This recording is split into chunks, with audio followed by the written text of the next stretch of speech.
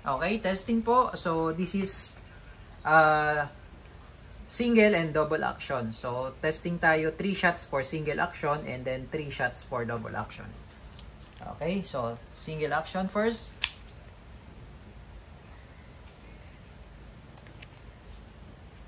Okay, firing.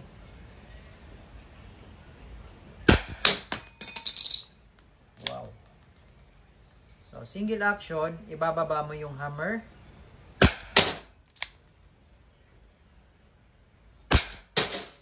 And for double action naman, hindi mo na ibababa yung hammer. Direkta na sa trigger. Medyo malalim lang ang double action.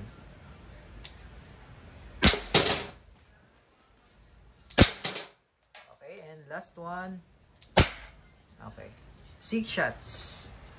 Okay, again, this is the Wingun 708 Airsoft Revolver. Pero pwede siyang gamitan ng steel ball dahil wala naman siyang hop-up. Okay?